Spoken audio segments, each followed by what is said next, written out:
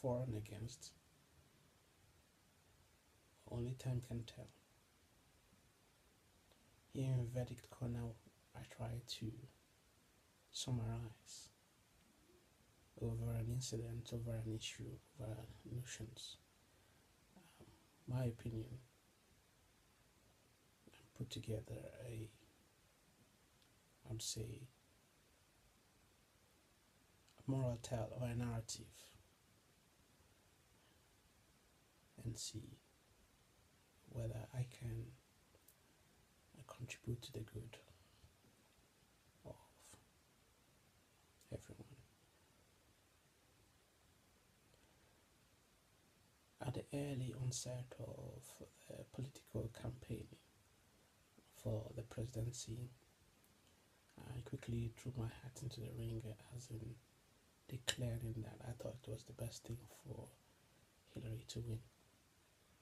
And if you go to my website, you'll see an article that was written in confirmation of that statement. And throughout the campaign, throughout the debates, down to the last day on November 8th, when the results were pouring in, and eventually when it was confirmed that Clinton had conceded and Trump had won, my attention and my efforts had been all, and my hopes had been that she would win. As a matter of fact, I slightly had a little feeling that she could win.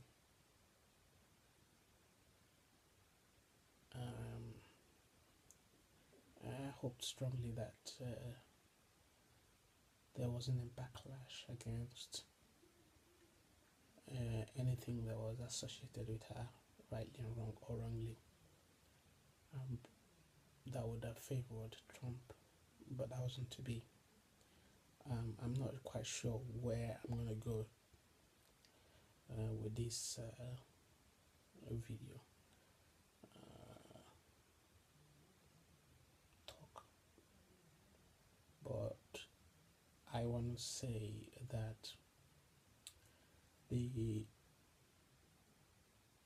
whole situation and scenario that has played out has revealed the nature of not only the American people, but the vast structure of humanity, of human beings that exist right now. What we could say, I want to start with this point. And I know a lot of people obviously think of Trump's victory as a good story, and they probably have good reasons and some bad reasons for having that kind of view. I, on the other hand, think at this present time it is a bad story for the fact that for a very long time we have come to the agreement as humans that blacks and whites are equal. Politically, everyone seems to accept that.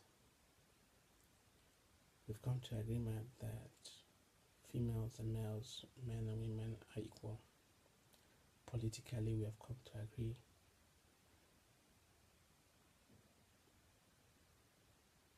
that it's true as well. There are many issues still yet to be agreed upon and universally. But I say this is a bad story because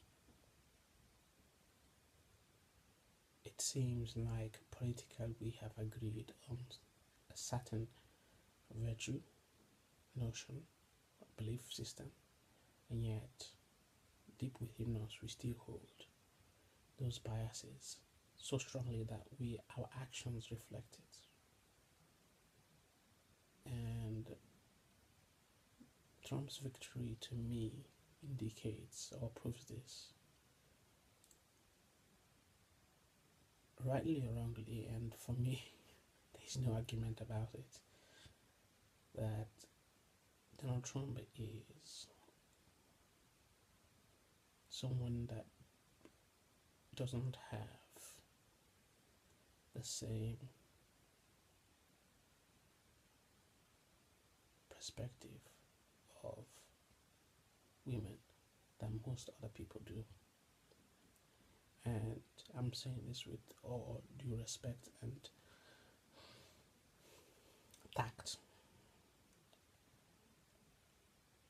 because he claims the opposite. But we've seen from his actions, from his utterances, that it is hard to believe that he believes that men and women are equal. And so that perception alone, as strong as it is, should have, in my opinion, swayed not one, not two, three, not majority of women, but of all women in America. And so my point is this: if all the women had voted for Hillary, Trump won't be president today. He won't be president-elect today. And so what this tells me is that despite the fact that there is fight on both sides of the Atlantic to ingrain in the political structure, to ingrain in our hearts that women and men are equal, not only do we have white men who don't believe this and who don't practice it, women themselves are not strong enough, are not convinced enough to believe it themselves. And there is no greater sad story, in my opinion, that the people who are supposed to be propagating this issue more than any other person on this earth don't believe it themselves. And therefore, there is a chance that the other side of this argument will eventually win. We pray it doesn't happen. We pray that somehow the road on which we seem to have embarked upon would be cut short, because like Larry mentioned it, what message are we sending to the next generation about bullying, about temperament, about cheating, about selfishness? This can go on. And irrespective of how much the Trump train campaign supporters refute all these arguments, it is clear that he is not a candidate that is whiter than white or ideal as a whole package to promote for our kids and for the next generation to follow. Time and time again, I followed arguments on the media between people who are supporting Trump and those who are supporting Hillary, and it seemed to be clear and evident that either supporters could advocate for their candidate wholeheartedly and say, yes, my candidate is the complete package. More or less, lesser on Trump's side than on Hillary's side. So for Trump to win sends a terrible, damaging message. And the only reason I see that makes the slightest logical substance, and if to me it's not enough, is that the political establishment of America and the world as a whole are as corrupt as anything you can mention, and it's the reason that the people have decided to vote for Trump, to shake them, to shock them, and to bring them back to reality. But as we know,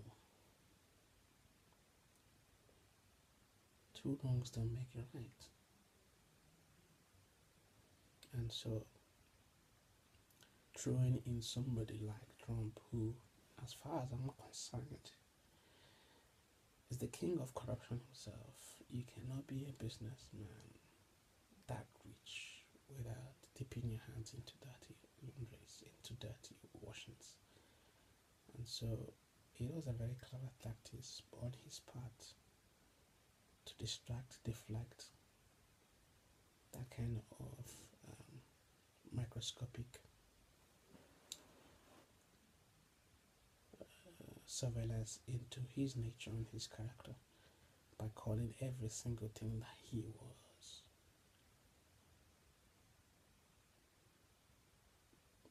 and placing that on Clinton, calling her weak, calling her corrupt,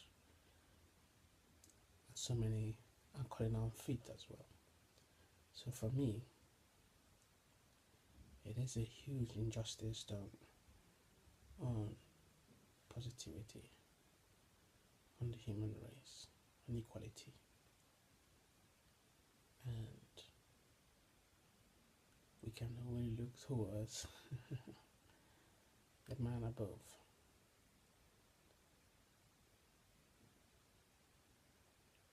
In search of where next to go, because it looks like there is going to be a serious rumbling. There is a little hint that this was all played out for the sake of winning the election.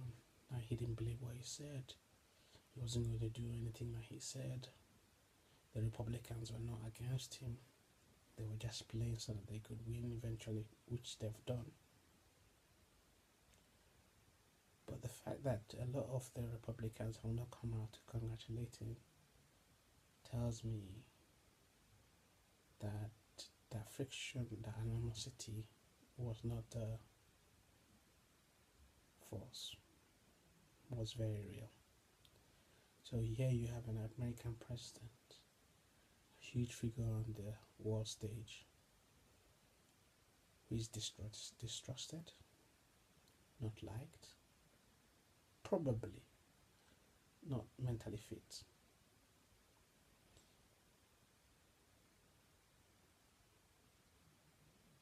In office, responsible for one of the most delicate jobs in the world.